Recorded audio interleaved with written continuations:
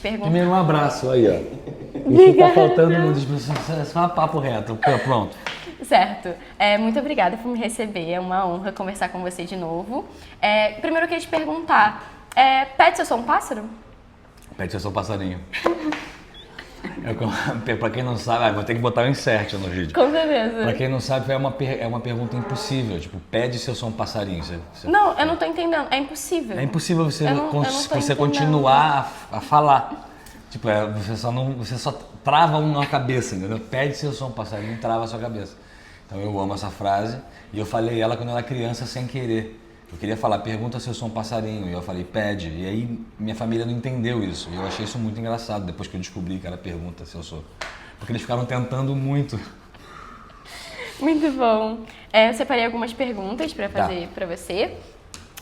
Primeiro, né, obviamente estamos aqui com você já praticamente completamente caracterizado, né? Eu só botei uma roupa. Mas você tá com a barba grande, você tá com o cabelo curto. Faz parte, eu acho que... Cabelo curto é porque eu sou calvo. Mas tô com a barba grande com a Tá com a barba grande, roupa. Tá com a roupa. Você tá certa. Eu queria saber, né, obviamente estamos falando sobre o Beijo no Asfalto. Eu queria saber como foi pra você receber o convite. Como você recebeu o convite e como foi pra você receber o convite? Então, foi uma dessas coisas que, tipo, sabe quando você percebe que é um sinal, assim? Você fica pedindo muito, não sei se você é religiosa, mas com certeza tem gente religiosa aí.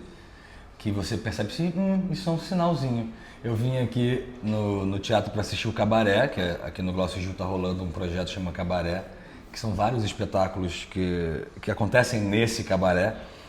E aí eu vim assistir, e aí eu tava assim, depois do cabaré eu tava sentadinho assim na escadinha, quietinho, sabe, com uma posezinha muito arandirzinha, assim, muito quietinha. E aí o Rafael Raposo, que é o diretor do teatro, que é o que idealizou a realização disso, nosso realizador, ele me olhou e ele falou assim, ué, eu acho que ele também estava ligado nisso, mas eu acho que é ele ali. Eu acho que a pessoa que ele chamou antes não aceitou, e ele me olhou imediatamente depois. É coisa do lugar certo na hora certa. Sim. E aí ele me chamou imediatamente, falou assim, você faria e tal? E aí eu falei assim, cara, sim, se for nessa data que você está falando aí, que cabe exatamente no tempo que eu tenho, vamos embora, eu acho ótimo. Certo. E rolou, naturalmente, não foi planejado, muito maneiro isso. Né? Certo. E aí, levando em consideração que você está fazendo o R&D, né? O Beijo no Asfalto, obviamente, é um clássico que já foi feito e refeito milhares de vezes e eu acredito que vai continuar sendo refeito várias outras vezes. Eu queria saber qual, para você, é o sentimento de interpretar esse papel que já foi vivido, por exemplo, numa das suas tantas versões, né? Em 1981 foi interpretado pelo Neila Torraca, com a direção do Bruno Barreto. Como isso fica pra você, sabe? Não, é uma responsabilidade em vários lugares. Você fica meio que rodeado de diabinhos falando assim, não vai dar conta. Mas é isso que me dá força também pra falar assim, não vou dar conta. Você vai ver só, eu sou Jesus, poxa. Virei um tom, aí as pessoas estão achando que eu sou um crente, né? Também, às vezes. Mas o que aconteceu foi, eu assisti tudo, já tinha assistido, nunca me aproximei tanto da história. Não era uma coisa que eu gostava tanto, eu entendia e respeitava aquilo como uma entidade poderosa, mas nunca fui muito próximo desse universo. De Nelson Rodrigues e tal, e dessa peça também. Eu tinha visto tudo meio como um estudioso disso, né? Para saber o que é. E até porque também, como eu faço teatro desde criança, isso foi me apresentado. Então, pela primeira vez eu li o texto para fazer e eu falei assim, caralho, isso é muito bom. E aí eu quis, primeiro, dar a minha assinatura de como eu entendo isso, que eu acho que é o mais importante, é sentar na minha cadeira disso. E com a coragem e determinação dessas pessoas que fizeram, que são fodonas, né? Sim. Porque o problema é realmente você se perder pro medo de não conseguir, porque pessoas muito fodas fizeram antes, né? Mas o fato do Neila Torraca, por exemplo, ter feito comédia e ter se despudorado muito também na carreira dele, fazendo personagens bem escrachados e popularescos, assim, então isso me aproxima dele também. Então, acho que a comédia me ajudou a ter coragem de fazer. Sim, certo. E aí, falando sobre isso, né, da coragem de fazer e do ter aquele pensamento de que, eu não vou conseguir, com a sua vontade de conseguir, o que você acha que você aprende sobre você mesmo como ator, estando nesse papel? Mais uma vez, na verdade, é uma coisa que eu sempre soube e que cada vez eu assino mais uma vez embaixo, que é a coisa do processo e do grupo. Eu acho que o mais legal do teatro é o trabalho de grupo. Então, essa dinâmica do processo, que é o que faz, inclusive continuando a fazer, né? Porque você faz teatro, hoje eu vou fazer de novo, amanhã eu vou fazer de novo. Então é muito bom, você vai aprimorando e você não pode também ficar preso só ao fato de acertar. Você também tem que entender que você precisa errar algumas vezes para aprimorar, né? Então, para evoluir, senão você fica só se repetindo, né? Então o legal do teatro é que ele te obriga a não se repetir. Por isso que é o que me deixa mais vivo, assim, é onde eu me sinto mais vivo. Certo.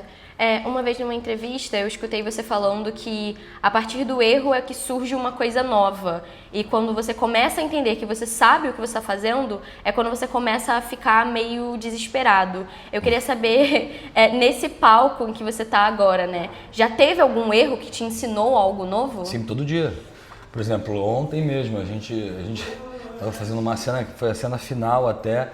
Eu acho que eu atropelei o Edson e aí ele foi obrigado a falar uma outra frase, não sei, aconteceu alguma confusão, provavelmente por minha causa, e aí eu tive que atropelar também meu pensamento, que eu estava num fluxo de pensamento que eu estava acostumado para aquela cena. Sim. E isso deu um tilt, deu um choque, e isso me fez, como eu não tinha, eu fiquei sem intenção para a próxima frase, eu estava meio vazio para dar a frase, eu dei ela vazio.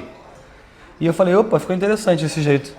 Então eu nunca ia ter dado vazio, porque já tinha dado certo da outra forma. Só que aí você falou, pô, isso é interessante. Então eu acho que não é só você ficar aberto para o erro, você ficar aberto para o erro e atento o tempo inteiro para o que está acontecendo, para que o erro te ensine. Senão não adianta você ficar errando e achando que o erro é uma barata. Não, é errar e isso aqui é um negócio, é uma pegadinha aqui, é um macete que eu vou ter aqui. E ficar atento porque às vezes na dificuldade que vem o novo, né? Sim. Agora falando um pouco mais sobre o texto em si, ele se mostra muito atual, mesmo sendo um texto originalmente da década de 60, né? Inclusive no espetáculo vocês mostram isso na montagem, usando tweets durante, enfim, certos momentos da apresentação, e brincando com essa coisa da rede social, dos sites de fofoca e tudo mais. Eu queria saber se houve algum momento em que você sentiu necessidade de adaptar algum aspecto do Arandir para torná-lo mais atual. Eu acho que não precisa, porque é um assunto universal. A peça basicamente fala sobre perda de afeto e de como a opinião pública pode influenciar no que você viveu, você duvidar de você mesmo, sabe? Porque todo mundo está falando uma coisa de você. Então eu acho que é a genialidade do Nelson de trazer um assunto universal e atemporal, né? E o fato de ter essa coisa desses tweets, essas coisas, eu acho que é só uma ajuda, é para pegar um pouco na mão da plateia, para a plateia se sentir dentro da história em relação a, tipo, eu sou aquela pessoa, se acontecesse comigo isso, né? Você se localiza melhor, é como se fosse só um cheirinho, um edredom para ajudar aquilo a fluir melhor, porque você fica botando só jornal, hoje em dia ninguém quase lê jornal. Então você fica datando uma peça, aí parece que tem um romantismo. Às vezes você trazer para o atual facilita de contar uma história clássica, porque não muda nada, né? Não muda o texto. Sim. É só onde a gente vê a notícia hoje, né? Sim. E aí agora falando um pouco mais sobre a sua carreira, os seus personagens sempre têm algo físico em relação a eles, né? Eu sei que você gosta mais desse teatro físico, do cair, se jogar e tudo mais. Tô falando da comédia. Não, mas já tá certo. E aí, por exemplo, a tinta prateada, ou então o cabelo grande que você tinha em Beetlejuice, em Ababá você usava próteses e próteses realmente se tornava uma outra pessoa. Eu queria saber como o seu processo de criação em relação ao personagem e a essência que você vai passar com aquele personagem é afetado por esses aspectos físicos. Se, por exemplo, quando você chega aqui e coloca a roupa e o sapato do Arandir, tipo, liga uma chave? Como Mas isso são várias pra você? chaves, né? Então, são muitas chavinhas e você tem que usar todas elas. Você tem que, tudo que for ferramenta você tem que estar pronto para usar. Você não sabe se vai dar um vazamento hoje, se vai tocar um celular, se alguém vai tossir num momento específico. Ontem riram no momento que eu morri. E isso é maravilhoso. Mas o que significa essa risada ao mesmo tempo? Mas isso desconcerta. Então tudo isso é a vida, né? Tá vibrando ali. Mas para mim eu acho que o corpo é a primeira coisa. Eu estudei para isso. Eu estudei para ser um comediante de comédia física, porque eu queria ser o Buster Keaton, eu queria ser o Chaplin e tal. E eu nunca imaginei que eu ia pro humor popular. Isso aconteceu, foi uma surpresa. Foi na escadinha do teatro, né? Que aí é a vida. Mas eu juntando uma coisa na outra, primeiro, o que mais me ajuda no processo é o próprio processo, é eu estar atento aos outros, para eu pegar o máximo de informação do que está acontecendo. E depois sim o corpo, que sempre é o corpo que me traz uma sensação de tristeza do que um pensamento triste. O pensamento eu acho que é mais frívolo, assim. Eu acho que o teu corpo ele carrega emoções mais subconscientes do que só o teu cérebro, sabe? Sim. Então, só o seu pensamento. Então eu acho que às vezes você precisa, poxa, eu estou super feliz agora, eu preciso fazer uma cena muito triste. O seu corpo vai te ajudar a chegar nisso, sabe? Porque o seu corpo vai te lembrar de uma certa forma, muito mais do que uma emoção. Eu uso muito mais o corpo do que uma memória emotiva, por exemplo. Mas é porque o meu corpo é a minha maior ferramenta, né? Então, na dúvida, eu tenho ele. Eu vou morrer com ele, né? Certo. Voltando também em uma vez, né, algo que você falou, pensei que fosse fazer teatro para poucas pessoas para sempre e estava feliz com isso. E aí é claro que nos últimos anos a gente tem visto, assim, na verdade não só nos últimos anos, acho que na última década, a gente tem visto você alcançando públicos cada vez maiores. Ah, tá falando de mim. Sim. Não, você ia falar do teatro, eu estava até feliz. Não, também. Não, fazendo musical, né? Uma coisa Sim, fazendo não só musical, mas assim, a televisão, e aí depois o musical, Sim. e fazendo temporadas gigantes em teatros gigantescos.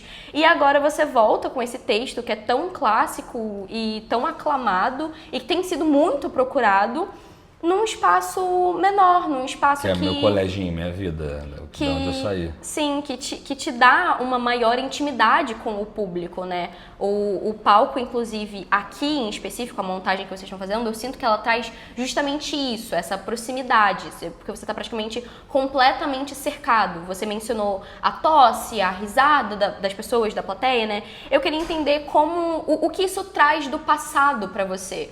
Porque a gente sabe que em algumas situações as pessoas, quando querem ser um ator ou um cantor, algo do tipo, sempre tem aquela expectativa de alcançar aquele lugar grande. E você, pela sua fala, você já estava feliz com aquelas poucas pessoas que você... Pelo menos eu era um artista, de verdade, entendeu? Eu acho que isso me retorna a esse meu objetivo, que eu quero ser um artista de verdade. E é isso, não adianta eu fazer o sucesso que o mercado considera o sucesso, o que as pessoas consideram sucesso.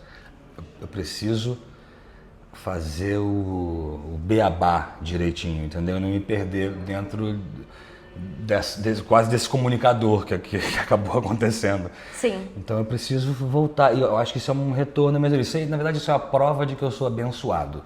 Certo. Porque isso aconteceu, não foi uma coisa que eu estava pedindo, aconteceu e era necessário isso acontecer para que eu ativasse minha glândula pineal, é assim que fala? Ativasse o meu espírito, sabe? Tipo, eu precisava disso, isso é onde eu me sinto mais vivo, onde eu estava comentando com a Luísa ontem, assim, na coxinha, assim, cara, eu nunca estive tão feliz, assim. Porque no trabalho, tipo, eu nunca, claro, no meu filho e tal, essas coisas, a gente fica uma felicidade que explode, né? Mas assim, no trabalho, caramba, esse nervoso, essa coisa que vai acontecer, é como se fosse um pulo de paraquedas, né? Então, e é o que me retorna a minha essência de meu menino, fazendo teatro, querendo fazer isso, né? E me contentando com fazer isso para ninguém. E tá lotado, não tem ingresso, então é uma bênção, assim. Uma pergunta voltando um pouco para o aspecto, né, do livro, eu particularmente gosto muito de ler e eu queria saber de você qual é a sua leitura obrigatória, um livro que você acha assim que todo mundo deveria ler. Hoje o Pablo Marçal são muito interessantes. Cara, eu acho que eu sou um cara de poucos livros. Tipo, a minha esposa compra livro todos os dias, assim, ela tá cada vez... Eu sou um cara de ficar relendo as mesmas coisas, mas eu acabei criando esse hábito, até porque eu gosto muito de ler peça. Quando eu vou ler romance, eu vou ler que não tem personagem, um tracinho e a fala, isso me deixa meio sonolento. Então, muitas vezes eu vou ler um livro, eu durmo, eu fico cansado. Então, eu não leio tanto quanto eu deveria. Mas quando eu leio peça, eu leio, releio, então eu leio como se fossem meus salmos, assim. Então eu releio as mesmas peças que eu sempre amei desde moleque, assim. Você tem uma favorita? Tem, que é o Esperando Godot, que é a minha peça favorita. Mas tanto é que eu vou fazer só quando eu estiver velho. Por que só quando você estiver velho? Pra ser muito bom. Certo. E aí, voltando um pouco para a questão do físico, né? Aqui no espetáculo, a música é ao vivo e os músicos, eles são atores da peça também, né? A gente vê eles tanto ali no cantinho com o instrumento quanto em cena. E não só isso, assim, eles também fazem parte dos efeitos sonoros da peça. Eu queria saber de você, né, quanto artista, se existe algum impacto da música ao vivo na sua performance. Não, só ajuda. Dá um climinha, que nem quando você tá a fim de chorar porque terminou um namoro, você bota uma musiquinha, você vai lá e você se entrega pra fossa, ela te ajuda a entrar na fossa. Mesma coisa, eles são um show à parte, na verdade, né? Eles são maravilhosos individualmente, aí juntos os dois ficam uau, aí eles fazem a cena, você fala, meu Deus, então eles são, daria pra fazer um show só dela, só dele, né? E aí tem a peça e eles, então eu acho que também ajuda muito a entusiasmar o público. Mas toda a criação nos ensaios de música, quando eu entrava qualquer coisa, até ele afinando um instrumento ou ela ensaiando alguma coisa, já ajudava a gente, até porque a música dá ritmo, ela obriga a gente a dar um ritmo, né, pra peça. Sim, com certeza. Eduardo, muito obrigada. Eu agradeço. Muito obrigada por me receber, é uma honra. Sorte pra gente, muita paciência pra nós. Com certeza. Muitas ideias boas, proteção e fiquem agora com o Hernani Moraes. Negativo. Ele não vem. Negativo.